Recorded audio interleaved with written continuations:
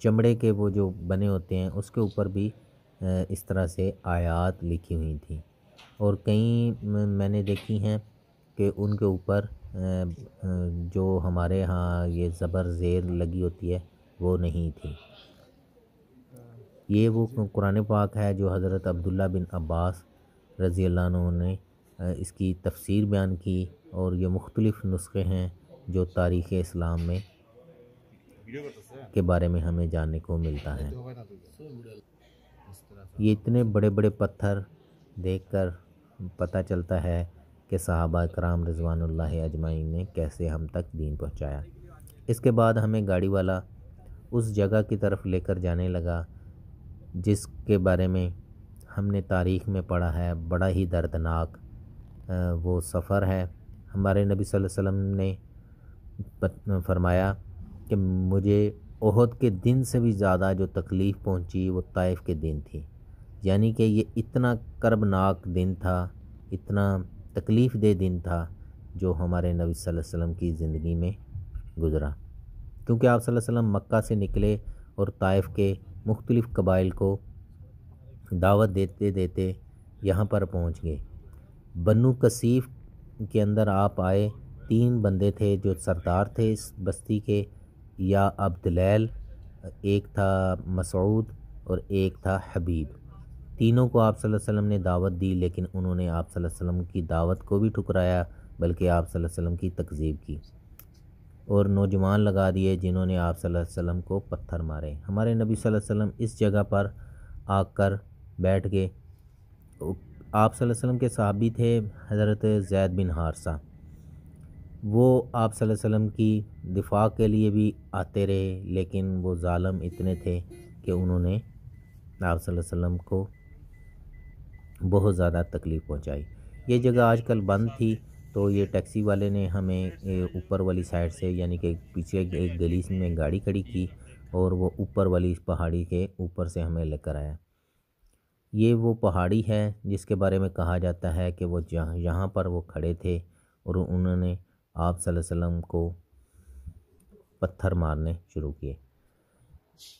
تو یہاں پر جو چھوٹی چھوٹی یہ بلڈنگ بنی نظر آ رہی ہیں یا کمرے وغیرہ بنے ہوئے ہیں، وہ ٹوٹ پھوٹ کا شکار ہیں۔ یہ وہ وادی تھی، یعنی کہ وہ رستہ تھا جہاں سے ہمارے نبی صلی اللہ علیہ وسلم، وہ بنو کثیف کا وہ پیچھے قبیلہ تھا،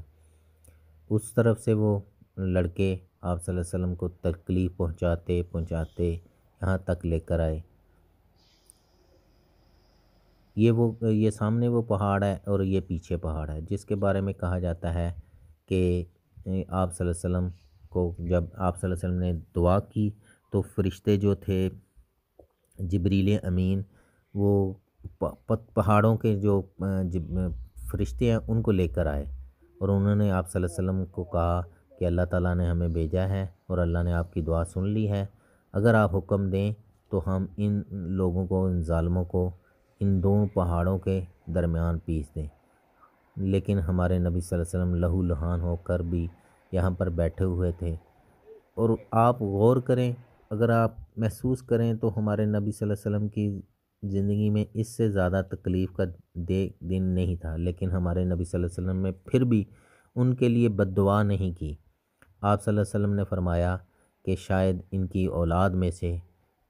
وہ لوگ پیدا ہوں جو اللہ کی توحید پر قائم ہو۔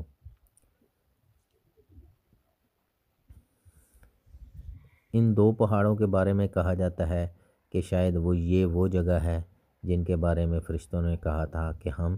ان کو مسل دیں، چٹنی بنا دیں گے آپ اگر حکم دیں۔ یہ جگہ کو اس لیے بند کر دیا گیا ہے کہ لوگ جو ہیں الٹی پھلٹی حرکتیں کرتے ہیں، جس کی وجہ سے جن لوگوں نے ان جگہوں کو زیارت کرنی ہوتی ہے یا ان کا کوئی ایسا عمل نہیں ہوتا جس کی وجہ سے دوسروں کو بھی فیس کرنا پڑتا ہے۔ یہ دیکھ لیں، یہ تھور کے درخت ہیں، پودے ہیں، ان کے اوپر بھی یہ پاکستانی اور انڈین، ہندی اور اردو انگلش نام جو ہیں لکھے ہوئے تھے۔ پتہ نہیں، مجھے نہیں سمجھ آتی ان لوگوں کا کیا عقیدہ ہے کہ کیوں ان چیزوں کے اوپر نام لکھتے ہیں۔ مسجد نبوی میں نے دیکھا وہ ڈیوائیڈر کے اوپر نام لکھتے ہیں، وہ غار حرا کی اگر آپ ویڈیو دیکھیں اس میں آپ دیکھیں گے وہ پتھروں کے اوپر نام لکھے ہوئے تھے، اور یہ طائف کے اندر میں نے تھور کے پودوں کے اوپر بھی جو جہنمیوں کی خوراک ہے۔ تھور کے بارے میں کہا جاتا ہے کہ یہ جہنمیوں کی خوراک ہے، اس کے اوپر بھی لوگوں نے اپنے نام لکھے ہوئے ہیں، پتہ نہیں کیا ان لوگوں کو ملتا ہے۔ پھر ہمیں گاڑی والا جو ہے نا، یہ ساتھ ہی اس کے جو ہے نا وہ باغ ہے جس پر ہمارے نبی صلی اللہ علیہ وسلم کو حضرت زید بن حارثہ لے کر آئے، اور آپ صلی اللہ علیہ وسلم اس طرح سے ان گلیوں میں چلتے چلتے، گلیاں تو نہیں ہوں گی اس ٹائم، وہ باغ تھے،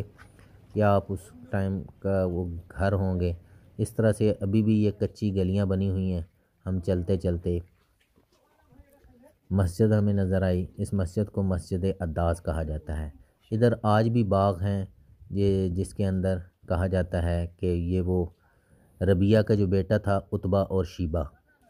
اس کے باغ میں آپ صلی اللہ علیہ وسلم اس طرح سے آ کے ایک انگوروں کی جو درخت تھا یا بیل تھی اس کے نیچے آ کر بیٹھے، تو جو شیبہ ہے اس نے اپنے غلام عداس کو بھیجا کہ آپ صلی اللہ علیہ وسلم کو کچھ انگور دیں۔ آپ صلی اللہ علیہ وسلم نے اس سے انگور لے کر جب کھانے لگے تو آپ صلی اللہ علیہ وسلم نے کھانے سے پہلے پڑھا بسم اللہ الرحمن الرحیم۔ وہ عداس نے کہا کہ یہ لوگ تو اس طرح نہیں پڑھتے، آپ کون ہیں؟ آپ صلی اللہ علیہ وسلم نے فرمایا کہ آپ مجھے بتاؤ کہ آپ کون ہیں اور کیا کرتے ہیں، یعنی کہ آپ کہاں سے ہیں؟ تو عداس نے بتایا کہ میں تو جو ہے نا عیسائی ہوں، اور میں فلاں علاقے سے ہوں۔ آپ صلی اللہ علیہ وسلم نے فرمایا اچھا تم میرے بھائی یونس علیہ السلام یعنی یونس متی کی امت سے ہو؟ تو انہوں نے کہا کہ یہ آپ کو کیسے پتہ ہے، کیونکہ اس کے بارے میں تو کوئی نہیں جانتا۔ آپ صلی اللہ علیہ وسلم نے فرمایا یونس متی جو ہے نا وہ اللہ کے نبی تھے، میں بھی اللہ کا نبی ہوں۔ تو آپ صلی اللہ علیہ وسلم نے عداس کو دعوت دی، تو عداس نے بھی کلمہ پڑھ لیا۔ یہ وہ پہاڑیاں جو ان کے پیچھے ہیں، تو ادھر سے اگر آپ غور کریں تو اس کو آگ لگی ہوئی ہے، شاید کسی دور میں لگ گئی ہوگی، تو یہ آثار باقی ہیں جو پرانی بلڈنگ تھیں، اس کو کسی ٹائم میں آگ لگ گئی ہوگی۔ ان گلیوں میں گھومتے ہوئے دیکھتے ہوئے بندے کی نا حالت عجیب ہوتی ہے جو بیان نہیں کی جا سکتی۔ یہ وہ مسجد آ گئی، مسجد عداس۔ آپ صلی اللہ علیہ وسلم نے پھر عداس کے ساتھ اس مسجد کے اندر نماز ادا کی تھی، تو اس کے ادھر ہوا بہت زبردست قسم کی چل رہی تھی، بہت سکون تھا۔ یہ سامنے جو درخت بنا ہوا ہے اس کے نیچے ہم جب بیٹھے تو اتنا زیادہ سکون تھا کہ جو ناقابل بیان ہے، میں بیان نہیں کر سکتا کہ اتنا سکون ہے اس درخت کے نیچے ہمیں بیٹھ کر ملا۔ اس کے اوپر لکھا ہوا ہے کہ عداس جو ہے ایک نصرانی تھا، اس نے آپ صلی اللہ علیہ وسلم کو انگور پیش کیے، پھر آپ صلی اللہ علیہ وسلم نے اس کو اسلام کی دعوت دی اور اس نے اسلام قبول کیا، پھر آپ صلی اللہ علیہ وسلم نے اس کے ساتھ نماز ادا کی۔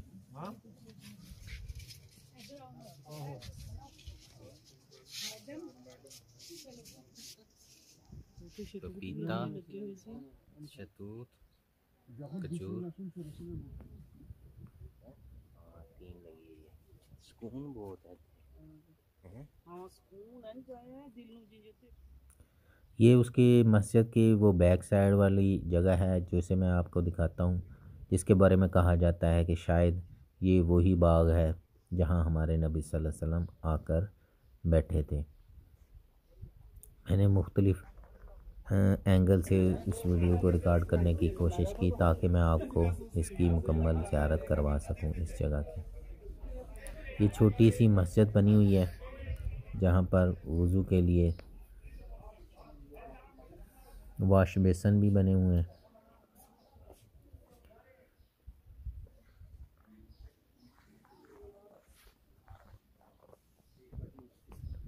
ہم نے بھی الحمدللہ مسجد کے اندر نوافل ادا کیے اور دعائیں کی۔ میری اللہ تعالیٰ سے دعا ہے کہ اللہ تعالیٰ سب کو اس جگہ پر لے کر آئے، اور تاکہ آپ جان سکیں کہ ہمارے نبی صلی اللہ علیہ وسلم پر کیا بیتی اور اسلام کے لیے ہمارے نبی صلی اللہ علیہ وسلم نے کن کن تکالیف سے کو سہنا پڑا۔ یہ پھر ہم واپسی کے لیے نکلے، گاڑی میں آ کر گاڑی والے نے ہمیں پھر وہ ادھر میقات بھی ہے جسے سیل الکبیر یا کرن المنازل کہا جاتا ہے، وہ ہمیں پھر گاڑی میں بٹھا کر کرن المنازل کی طرف لے کر چلا، کیونکہ ہم نے اگر آپ طائف آئیں تو آپ اپنا احرام لے کر آئیں، کیونکہ یہ مکمل میقات ہے جس کا ذکر حدیث کے اندر آتا ہے۔ یہ جو سامنے پلانٹ نظر آ رہے ہیں یہ وہ فلٹریشن پلانٹ ہیں، یہاں سے ہی مکہ کے لیے جو پانی جاتا ہے صاف ہو کر ادھر سے ہی جاتا ہے۔ سیل الکبیر یہاں سے تھوڑے سے ہی فاصلے پر واقع ہے، یہ سامنے وہ اس کی میقات کی جگہ ہے، اور ہم نے ادھر سے اپنا احرام باندھنا۔ ہم نے اپنا احرام نکالا اور سب نے پھر ادھر واش روم وغیرہ بھی بنے ہوتے ہیں، نہانے کا انتظام بھی ہوتا ہے، وضو خانے بھی، اندر مسجد بھی بنی ہوئی ہے۔ گاڑی والے نے بس تھوڑا سا ٹائم دیا، اس نے کہا بھائی جلدی جلدی اپنے احرام باندھیں۔ ہم نے اندر مسجد میں جا کر طواف کے لیے جو ہے عمرے کے لیے اپنا احرام باندھ کر واپس آ گئے، اور گاڑی واپسی کے لیے نکل پڑی۔ راستے کے اندر کافی یہ تفتیشیں وغیرہ ان کو پتہ نہیں کہتے ہیں وہ آتی ہیں،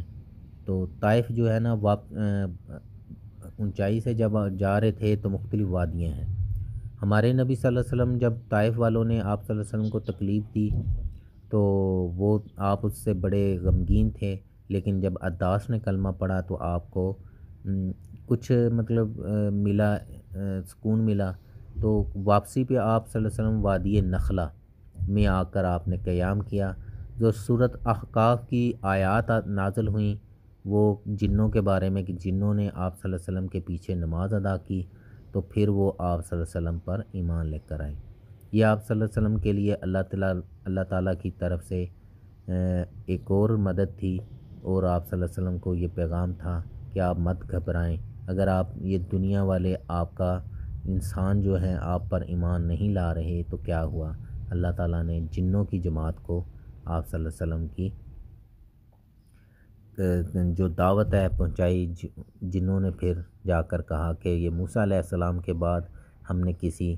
ایسے پیغمبر کی بات سنی ہے جو ہمارے دل کو لگی ہے، ہمیں اسلام قبول کرنا چاہیے۔ واپسی کا سفر بڑی تیزی سے طے ہوا، گاڑی والے نے بڑی تیزی سے ہمیں یہاں تک پہنچایا۔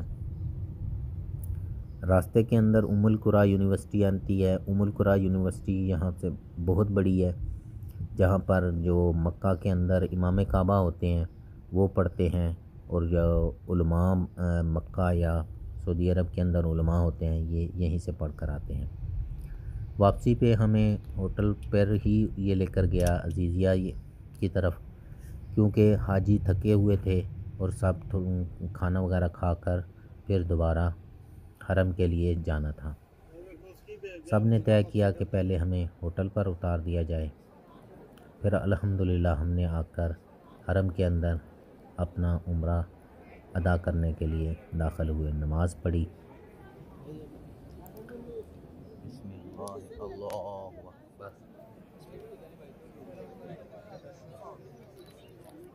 میری اللہ تعالیٰ سے دعا ہے اللہ تعالیٰ یہ منظر آپ کو بھی دکھائے، اللہ تعالیٰ آپ کو بھی حج بیت اللہ کی سعادت نصیب فرمائے، آمین یا رب العالمین۔